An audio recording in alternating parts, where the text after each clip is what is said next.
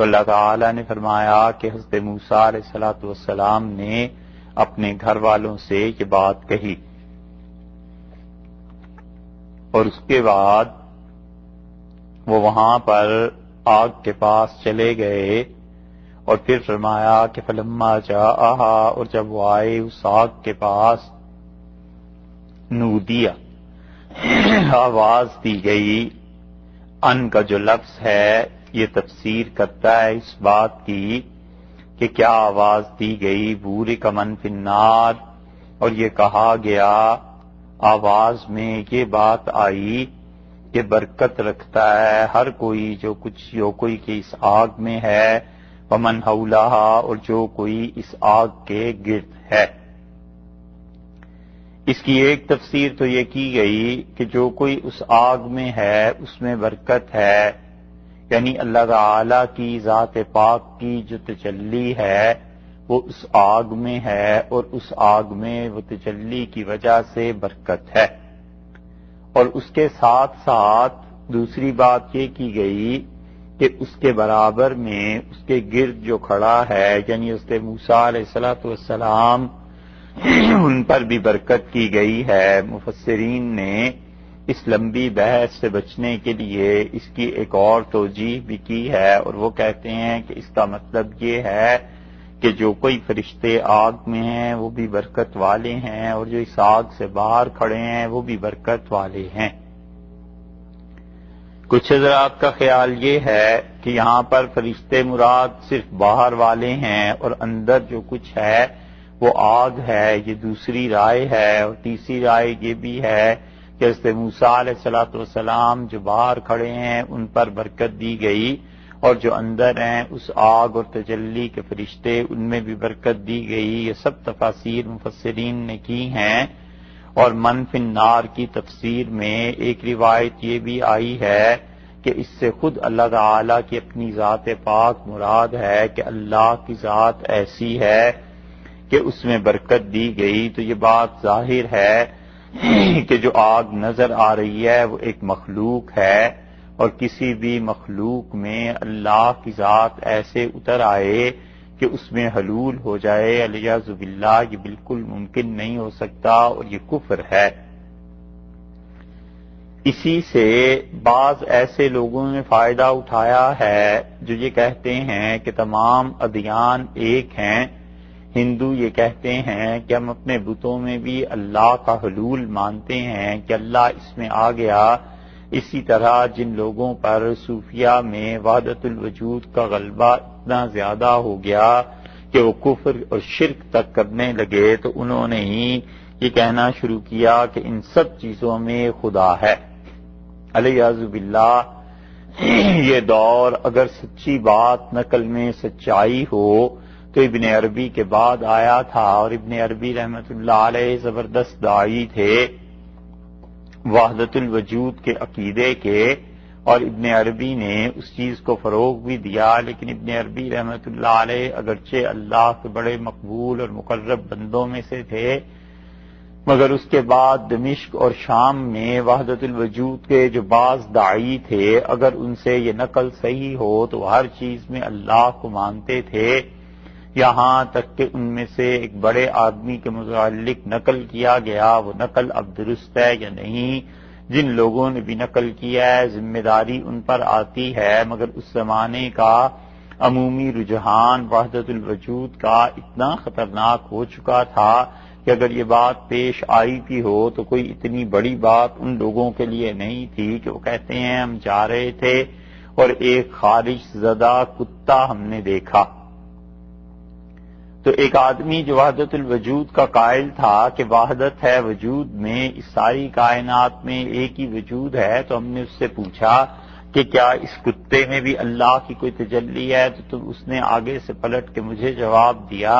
اور اس نے کہا کہ کیا اس ذات سے باہر بھی کوئی شے ہے؟ تو الیاذ باللہ، اس کے جو مطلب بھی نکلتا ہے، اس کا مطلب ہے کہ اس حد تک لوگ کفر میں آگے جا چکے تھے، اگر یہ روایت صحیح ہے۔ اور اسی طرح شاہ ولی اللہ رحمۃ اللہ علیہ کے دور اس کے بعد جو آئے ہیں بہت سے تصوف والے وہ وجود کی وحدت کے اتنے قائل ہو گئے تھے کہ وہ ہر چیز اللہ کی جانب سے سمجھنے کی بجائے اللہ میں سمجھتے تھے،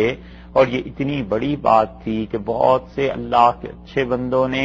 اس کا رد کیا، اور یہی حال ہندوؤں کا بھی ہے، وہ بھی اپنے بتوں میں اللہ کی ذات کے لیے حلول مانتے ہیں۔ یہی حال عیسائیوں کا بھی ہے کہ استغفر اللہ، وہ بھی یہ کہتے ہیں کہ حضرت عیسیٰ علیہ السلام کی ذات میں خود اللہ تعالی آ گیا تھا، تو یہ سب کی سب چیزیں اللہ کی توحید کے خلاف ہیں، بلکہ مراد صرف اتنی سی ہے کہ یہ جو چیز ہے یہ ظاہر کر رہی ہے۔ تو ظہور ایک الگ چیز ہے اور حلول ایک الگ چیز ہے۔ آئینہ جو ہے وہ انسان کو ظاہر کرتا ہے، مگر آئینے میں انسان خود حلول نہیں کر جایا کرتا۔ اسی طرح انسان کی آنکھ ظاہر کرتی ہے آسمان کو، اور فلک آنکھ کی تل میں آ جاتا ہے، آسمان انسان کے آنکھ کی تل میں آ جاتا ہے، لیکن اس کا یہ مطلب تھوڑا ہی ہے کہ آسمان پورے کا پورا انسان کی نگاہ میں سما جائے، تو اس کا اپنا ایک الگ اور خارجی وجود ہے۔ اور اسی طرح یہ جو یہاں پر موسیٰ علیہ السلام نے دیکھا تھا اس آگ کو، اور حق تعالی شانہ کی یہ تجلی تھی، تو اس کے متعلق یہ کہا جائے گا کہ یہ ظہور جس کو بھی تجلی بھی کہا جاتا ہے، خود حق تعالی شانہ کی اپنی تجلی نہیں تھی، بلکہ تجلی جو آگ کی صورت میں ہوئی تھی، اس طرح تجلی اللہ تعالی کی ذات کی بھی نہیں تھی۔ تو اس ظہور اور تجلی کا مفہوم یہ ہے، بعض صوفیاء کے نزدیک کہ وہ تجلی مثالی کہتے ہیں، کہ وہ کہتے ہیں عالم مثال کی ایک چیز تھی جو یہاں پر ظاہر ہوئی، اور اس عالم مثال پہ اگر آپ کو خیال ہو تو ایک جگہ بہت تفصیل سے بات گزر گئی، جہاں شاہ ولی اللہ صاحب رحمۃ اللہ علیہ نے عالم مثال کی بہت سی چیزوں کا ذکر کیا، اور انہوں نے بتایا کہ عالم مثال میں ان چیزوں کی شکلیں ہیں۔ موت کی شکل کو انہوں نے کہا صحیح حدیث میں آیا ہے کہ وہ دمبے کی شکل ہے۔ اسی طرح دنیا کے متعلق شاہ صاحب رحمۃ اللہ علیہ نے لکھا کہ وہاں پر دنیا جو ہے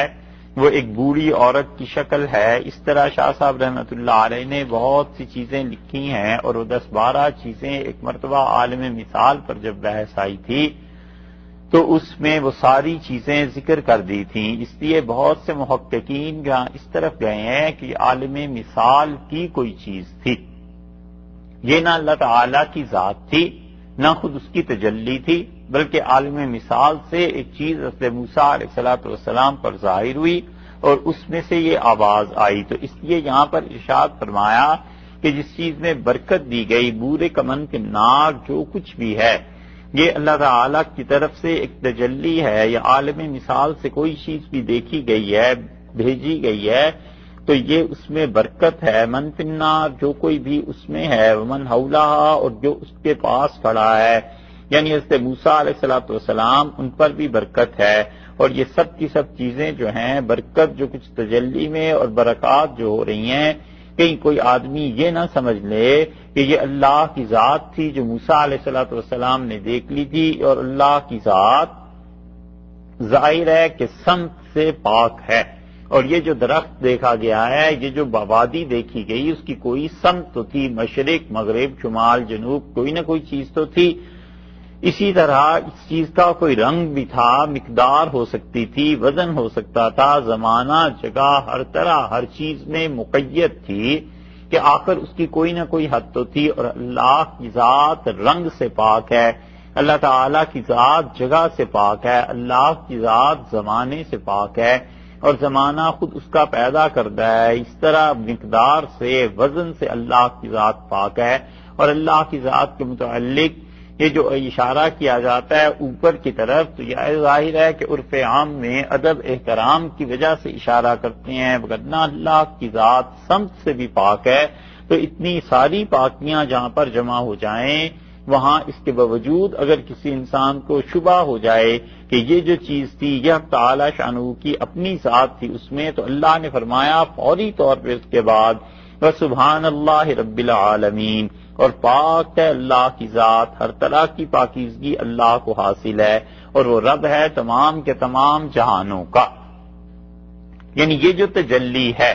اگر کوئی یہ سمجھے کہ یہ اللہ کی ذات ہے تو دیکھو وہ تجلی آخر محدود تھی نا، اس وادی تک، پہاڑوں تک کوئی تو حد اس کی تھی،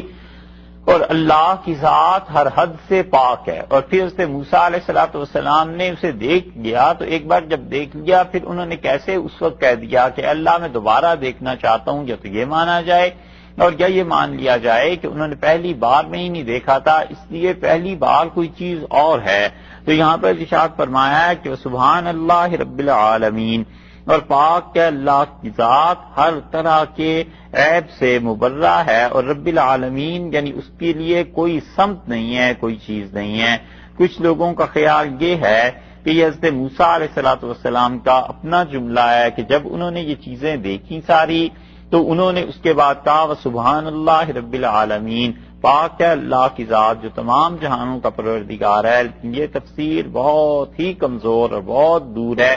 اس لیے کہ ابھی تو حضرت موسیٰ علیہ الصلوۃ والسلام اس چیز کا مشاہدہ کر رہے ہیں، اور ابھی تو برکتیں آ رہی ہیں اور وہ اس کو دیکھ رہے ہیں، اور انہیں آواز دی گئی۔ اب یہ آواز جو تھی اس بستی میں ہر طرف سے آ رہی ہے، اور حضرت موسیٰ علیہ الصلوۃ والسلام ہر طرف سے خود سن رہے ہیں، اور صرف ان کے کان نہیں سن رہے بلکہ ان کا سارا جسم سن رہا ہے۔ اسی لیے صوفیاء کرام کے ہاں جب کسی آدمی کو مراقبہ ذات تک رسائی حاصل ہوتی ہے